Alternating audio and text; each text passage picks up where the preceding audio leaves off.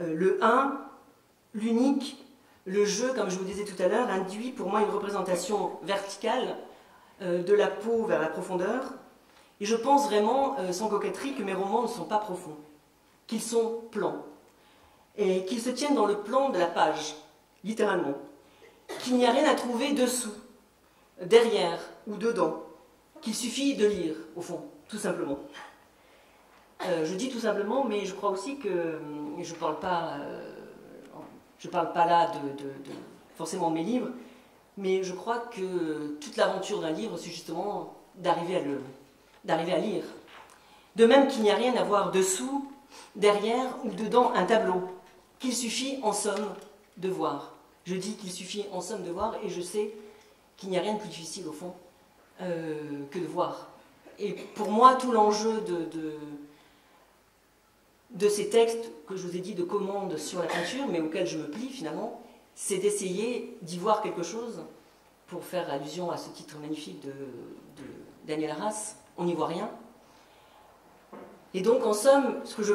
pense profondément, c'est qu'il n'y a pas de secret dans mes livres, pas d'histoire enfouie, surtout pas de sale histoire enfouie, comme très souvent la littérature contemporaine, et bon, je fais allusion à peine voilée à l'autofiction, nous y habitue, donc pas de sale histoire enfouie à mettre au jour, pas de révélation au fond. Bien qu'il y ait souvent, je m'en rends compte, dans mes livres, le dispositif de l'enquête. Alors c'était évident dans C'est pourtant pas la guerre, mais aussi dans Les draps du peintre, parce que au fond, comme je connaissais très mal ce peintre, j'ai fait le voyage pour aller voir où il a habité, j'ai lu des lettres de lui, j'ai lu des écrits de lui. Enfin, il y a quand même ce dispositif donc, de l'enquête qui a commencé pour moi avec un livre qui a un peu changé le cours de mes écritures, c'est Primo, où il est question, alors je parlais tout à l'heure de l'autofiction, j'avais même écrit à l'époque de Primo une espèce de petit pamphlet contre l'autofiction, et voilà pas que dans Primo, je raconte au fond l'histoire de ma grand-mère. Alors on pourrait dire, qu'est-ce que c'est d'autre qu'une autofiction? Je raconte l'histoire de ma grand-mère, mais au fond une histoire, non pas qui était un secret de famille, mais qui était une histoire que je ne connaissais pas. C'est pas du tout qu'on a caché cette histoire, mais c'est simplement que ma grand-mère ne voulait pas nous embêter avec ces histoires-là. Je raconte donc comment elle a perdu 2 enfants, ce qui était évidemment plus courant à l'époque, c'était pas non plus, je raconte pas non plus une histoire extraordinaire finalement, comment elle a perdu 2 enfants, mais cette perte était inscrite complètement dans la grande histoire, puisque la première fois, elle perd son premier enfant, donc son aîné, alors qu'elle habite déjà en Italie, ma grand-mère est italienne, elle habite déjà en Savoie où elle a immigré, et elle retourne en Italie, à Turin précisément, dont elle n'est pas du tout originaire, répondant à l'injonction des fascistes de l'extérieur, qui faisaient courir un bruit selon lequel il était très périlleux d'accoucher en France. Et que donc, il était beaucoup plus comment dire, rationnel, beaucoup plus sûr, pardon, d'aller accoucher à Turin, précisément, où en outre, les femmes étaient prises en charge, donc ma grand-mère n'était pas très fortunée, elles étaient totalement prises en charge par une institution catholique. Donc c'était assez... Ma grand-mère, évidemment, n'avait pas du tout la perception que c'était les fascistes de l'extérieur qui faisaient courir cette rumeur,